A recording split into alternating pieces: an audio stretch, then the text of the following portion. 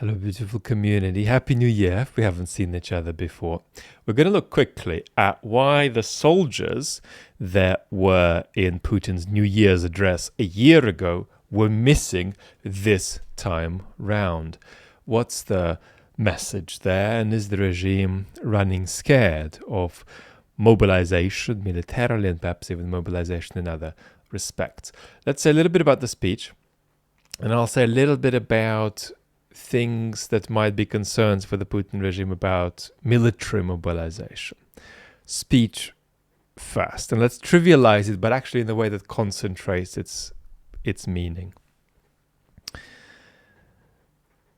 The first message was the war, whatever. It's like well important, but like let's not think about it too much.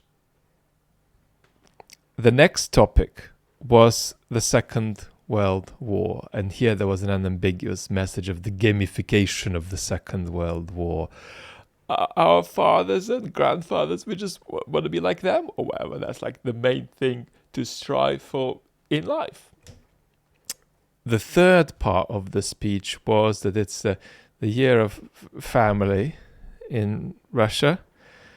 Russia is, of course, specializing in the destruction of family life by sending young men to kill and be killed in Ukraine, but also by being entirely fake about its conservative values, and indeed so much professed religious belief in Russia is also indeed fake in a special way in which it isn't in the West, in my opinion.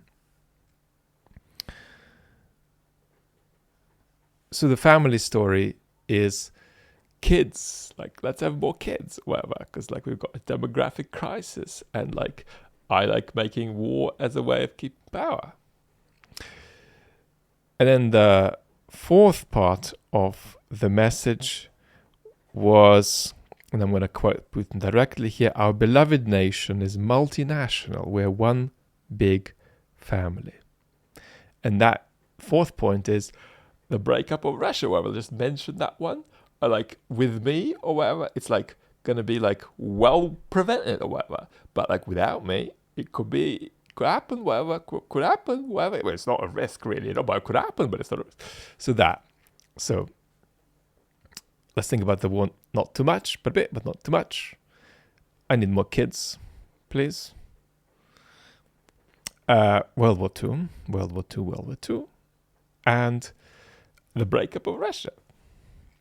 The next video on the main channel is on that topic. It's playing with fire in the algorithm how long I haven't posted, which has been a product of my recently deteriorated health. But I'm hoping that we're going to have a video within a week or so, and it's going to be a good one. Now, of course, all of this is happening in the run-up to the election ritual. And the election ritual basically is, cartoonishly speaking, a way of telling people that the people are with Putin, whether that's actually true or not. So the Russian people are with me. You know, Ricky on floor 7, please know that Susan on floor 8 and Bobby on floor 6, even if you never speak to them, they like me. If you want to do politics in the country, know the people are with me. If you work for me, know the people are with me. So don't try to challenge me, because all I need to do is just step aside, and then I'm going to have to deal with the wrath of the people. That's the point of the election, and that demonstration has to look smooth and with a good indication that the population remains acclimatized to Putin as the only political institution with perceived legitimacy, and that he receives some acclaim from the population. Over time, most people are with me will be moving toward all people are with me in Russia over the next months and years. That's not to say that all people are with me hasn't already been an integral part of the self-legitimation of the regime, because of course they say there are no real opponents inside the country, all opposition inside the country is just malign foreign interference inappropriately inserted into our sovereignty. But nevertheless, the dominant story has been, well, most people are with this monarch who sits atop this fluid mafia-like political system. But increasingly there is going to be an emphasis, in my opinion, on unanimity. So what are their worries about military mobilization? Well, they're worried about demographics not looking pretty. That pool is a shrinking pool of young people and young men. They're aware of the immigration, people running away. They're aware that the capacity of state institutions to organize this stuff properly is shockingly weak. And they're aware of two types of avoidance. A more collective type of avoidance, whereby employers, companies, businesses might have a word, might have an informal deal with local authorities not to be touched too much because they are important for the local economy and they want to keep their folks working for them, don't want to at the front. There's plenty of that. And then there is a real culture of individual evasion and avoidance that runs back to the Soviet times. And even if you're avoiding as an individual, you still feel that you're somehow part of a kind of cultural enterprise because it's such a common cultural, move, social move to say, what are you up to? Well, I'm avoiding the military. That's an action with a pedigree, an action with a certain amount of respect attached to it too. So if you scoop a whole bunch of young men in different parts of Russia, just randomly, my prediction would be that the cooler thing would be to avoid the military. And the less cool thing, in most cases, would be to say, I'm going to draw a Z on my forehead. Draw a Z on my forehead. Now, don't forget that when we're talking about the Russian military gathering people up, we've got the mobilized, we've got the volunteers, and we have got the contractual soldiers. And then they've got conscripts who do their national service, who are invited/forced into becoming contractual soldiers. And all the numbers the Kremlin gives about this are to be assumed to be bogus. And that's, I think, very important. That, well, I at least don't know what the real numbers are. They're vastly exaggerated, seems to be, by the Kremlin. But I'll put it like this. This stuff is not my expertise, right? How societies politicize, depoliticize, that could be my expertise, more political conversations about mobilization. This is not my expertise, but I have access to any open source stuff in English or in Russian, and I can ask experts in the field privately about this.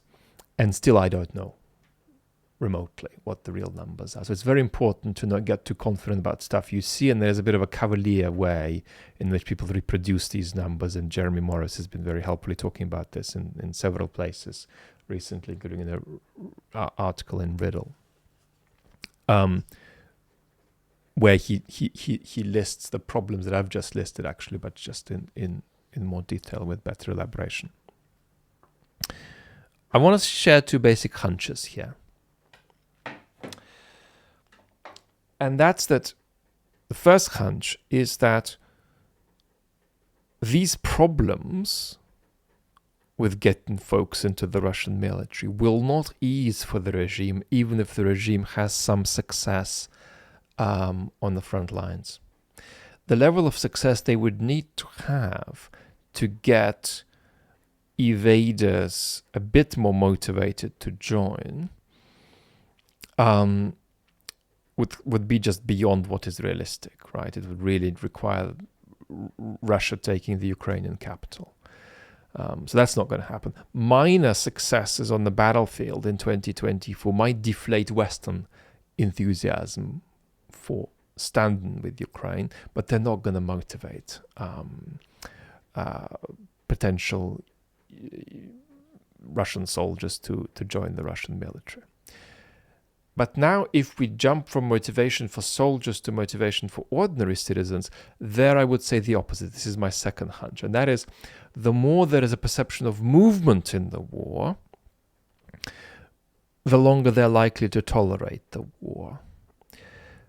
The less there is a perception of movement, the more things feel truly stuck, the less people are going to want to tolerate this.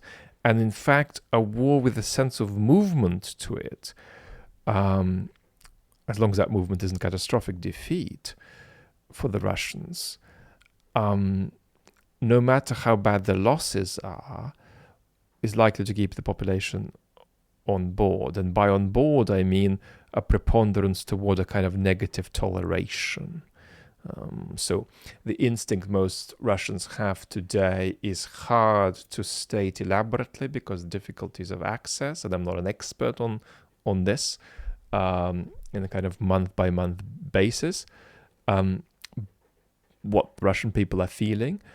But in terms of my hunch plus everything that we know, among the depoliticized blob, the preponderance is to move toward kind of wanting the war to end, but not wanting it to end too unfavorably to Russia. So kind of a dream scenario for them is utterly illusory, and that is that Putin changes his mind and stops the war. But then, of course, that's a complete misunderstanding of Putin's entire enterprise. Let's keep this brief enough today. We'll reconnect very soon, and probably before the main channel video is out, we'll talk here. But do look out for that on the main channel. It's going to need your love after having been latent for what will be almost 2 months, which is a game of playing with fire as far as the YouTube algorithm goes. Lots of love till next time.